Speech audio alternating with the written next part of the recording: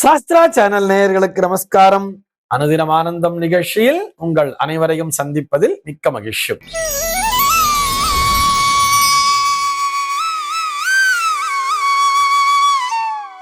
இன்று 10-11-2025 இந்த நாள் குறித்து பஞ்சாங்கம் என்ன சொல்றதுன்னு பார்க்கலாம். வாங்கோ. இன்றைய தினம் விஸ்வாவசு வருடம் ஐப்பசி மாதம் 24ஆம் தேதி திங்கட்கிழமை. திதி பார்த்தோம்னா தேய்பிறை ஷஷ்டி திதி இரவு 12:08 வரைக்கும் இருக்கு. அதனைத் தொடர்ந்து தேய்பிறை சப்தமி திதியானது வந்து விடுகிறது.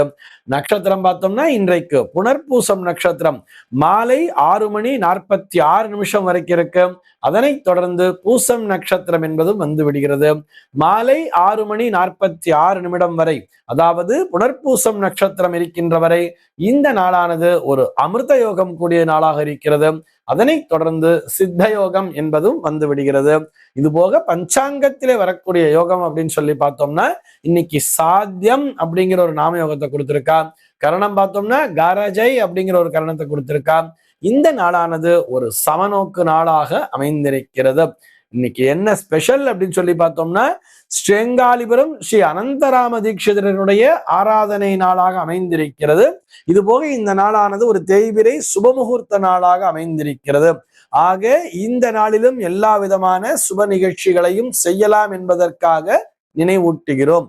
சென்னையை பொறுத்தவரை இன்றைய தினத்தினுடைய சூரிய உதயம் என்பது காலை 6:09 சூரிய அஸ்தமனம் என்பது மாலை 5:36 சந்திர அஸ்தமனம் என்பது பகல் 10:50 சந்திர உதயம் என்பது இரவு 10:36 சம்பவிக்கிறது. பிரம்ம முகூர்த்தம் பார்த்தோம்னா நாளைய தினம் அதிகாலை 4:29 முதல் காலை 6:09 வரையில் நீடித்திருக்கிறது. சென்னையை பொறுத்தவரை இன்றைய தினத்தினுடைய ராகு காலம் என்பது காலை 7:35 முதல் 9:01 வரையிலும், யமகண்டம் என்பது பகல் 10:26 முதல் 11:52 வரையிலும், குளிகை காலம் என்பது மதியம் 1:18 முதல் 2:44 வரையிலும் சம்பவிக்கிறது. தினாந்தம் பார்த்தோம்னா இன்றைய தினம் இரவு 1:27 கொடுத்திருக்கா. சூலம் பார்த்தோம்னா இன்றைக்கு கிழக்கே சூலம் காலை 9:12 வரையில் அந்த சூல தோஷம் என்பது உண்டு. அதற்குரிய பரிகாரமாக தயிர் அறிந்துவிட்டு கிழக்கு திசையை நோக்கி பயணிக்கலாம்ங்கிறதையும் சொல்லி இருக்கா. இன்றைய தினத்தினுடைய ஆன்மீக தகவலாக, இதை ஆன்மீக தகவல் சொல்றதை விட ஜோதிட தகவல் அப்படின்னு தான் சொல்லணும். ரமேஷ் குமார் அப்படிங்கிற ஒரு நேயர் கேள்வி கேட்டிருக்கார்.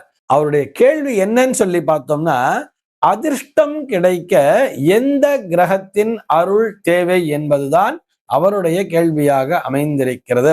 அதிர்ஷ்டம் வேணும் சார், எனக்கு இந்த அதிர்ஷ்டத்தினால் நான் நிறைய சம்பாதிக்க வேண்டும், நான் நன்றாக உழைக்கிறேன், எனக்கு அது அதிர்ஷ்டம் இல்லை, அதனால நான் எந்த கிரகத்தினுடைய அருள் இருந்தா எனக்கு அதிர்ஷ்டம்ங்கிறது வந்து சேரும்னு சொல்லுங்களேன் அப்படின்னு சொன்னா, இந்த அதிர்ஷ்டம் என்பதை விட உண்மையாக எவன் ஒருவன் உழைக்கிறானோ அவனுக்குத்தான் உயர்வு என்பது கிடைக்கும் என்பதை புரிந்து கொள்ள வேண்டும்.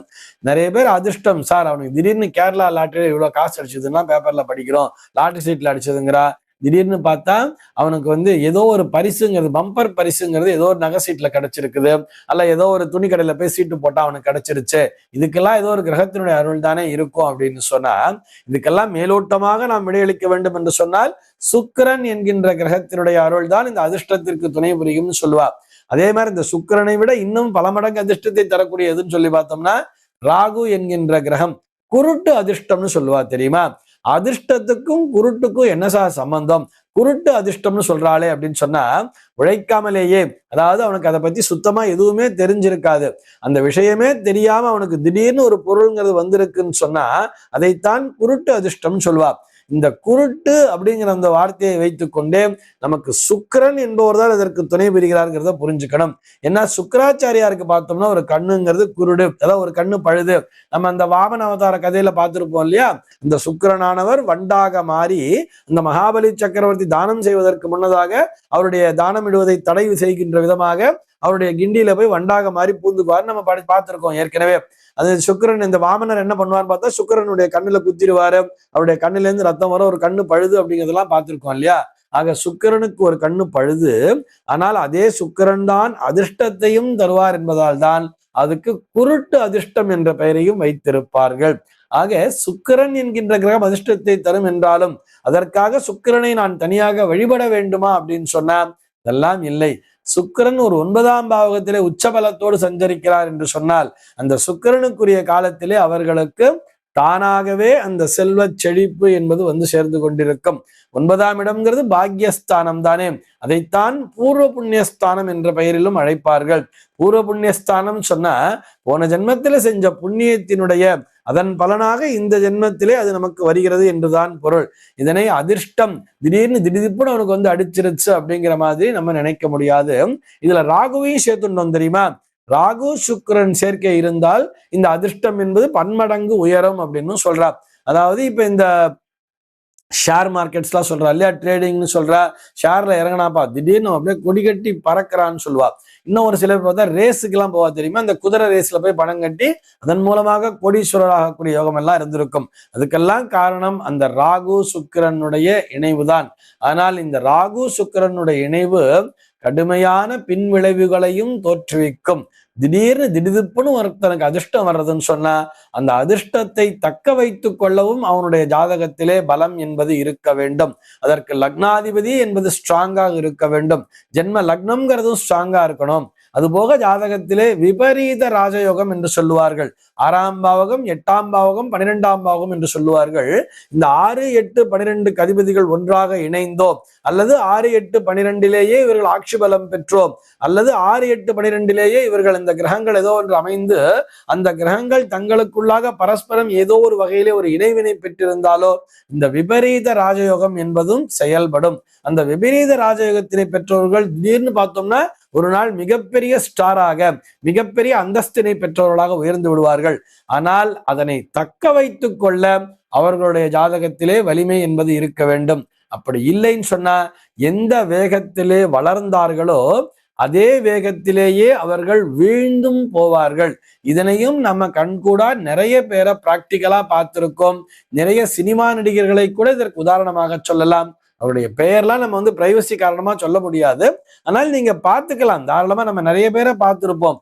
எங்க இருந்தேன்னா தெரியாது, திடீர்னு ரொம்ப உச்சத்துக்கு போனாம்பா, அப்புறம் பார்த்தா திடீர்னு அப்படியே ஆளே காணோம், ரொம்ப காணாம போயிட்டாங்கிறவங்களாம் நம்ம பார்த்திருப்போம் இல்லையா? இது அனைத்திற்குமே அவர்களுடைய ஜாதகத்திலே இருக்கக்கூடிய அந்த சுக்கிரனுடைய ஏற்ற இறக்க நிலைதான். ஆக உங்களுக்கு நேரடியாக அந்த ரமேஷ்குமார்ங்கிற நேயருக்கு மட்டுமல்ல, நாம் அனைவருமே தெரிந்து கொள்ள வேண்டிய விஷயம் என்னன்னா, உழைக்காமல் கிடைப்பது எதுவுமே நிலைப்பதில்லை என்பதுதான். அந்த நிலையில்லாத தன்மையை தரக்கூடியது, அந்த ஸ்திரமற்ற தன்மையை தரக்கூடியது எதுன்னு பார்த்தோம்னா வாழ்க்கையில எது நிலை இல்லைன்னு சொன்னா செல்வம் என்பதுதான் நிலையில்லாத ஒன்று. அந்த செல்வம் அப்படிங்கிறது, பணம்ங்கிறது இன்னைக்கு நம்ம கிட்ட இருக்கும், நாளைக்கு இன்னொருத்தங்கிட்ட ஓடி போயிடும், இன்னொரு நாள் அடுத்தவன்கிட்ட போயிடும், அது ஓடிக்கொண்டே இருக்கும். இந்த செல்வம் என்பது நிலையற்றது. அந்த நிலையற்ற செல்வத்தை தரக்கூடியது. அதைத்தான் நீங்கள் அதிர்ஷ்டம் என்று நினைத்தால் அதற்கு அதிபதி சுக்கிரன். ஆனால் அதே நேரத்திலே உழைப்பு என்பதுதான் உயர்ந்தது. அந்த உழைப்பு என்பதுதான் ஸ்திரத்தன்மையை கொடுக்கக்கூடியது. அந்த ஸ்திரத்தன்மையை கொடுக்கக்கூடிய கிரகம் எதுன்னு சொல்லி பார்த்தோம்னா இந்த சனியைத்தான் ஸ்திரத்தன்மையை கொடுக்கக்கூடியவர் என்று சொல்லுவார்கள். ஆக சனியை, அதாவது சனிங்கிற கிரகத்தை நம்ம வந்து ஒரு சோம்பல் தன்மைக்குரிய கிரகமாகவும் பார்க்கிறோம், கடுமையான உழைப்பிற்குரிய கிரகமாகவும் பார்க்கிறோம். சோம்பல் தன்மையை உடையவர்களுக்கு மேலும் மேலும் சுகத்தினை கொடுத்து அவர்களை சோம்பேறிகளாக்கி அதல பாதாளத்திற்கு தள்ளக்கூடிய கிரகமும் சனிதான். அதே நேரத்திலே கடுமையாக உழைக்கக்கூடியவர்களுக்கு மேலும் மேலும் சோதனைகளை தந்து அவர்களை உச்சத்திலே கொண்டு உயர வைத்து அவர்களை உச்சத்திலே கொண்டு போய் உயர்த்தி அமர வைப்பதும் அதே சனி என்கின்ற கிரகம்தான். ஆக உழைப்பினை நம்புங்கள், அதிர்ஷ்டத்தை நம்புவதை விட உங்களுடைய உழைப்பினை நம்புங்கள், நிச்சயமாக நீங்கள் உயர்வடைவீர்கள். இந்த தகவலோடு இன்றைய தினம் நான் உங்களிடமிருந்து விடைபெற்றுக் கொள்கிறேன். மீண்டும் உங்கள் அனைவரையும் நாளைய தினம் ஒரு புதிய தகவலோடு சந்திக்கிறேன். அன்பர்கள் அனைவருக்கும் அனுதினமும் ஆனந்தமாய் அமைய பிரார்த்திக்கிறேன்.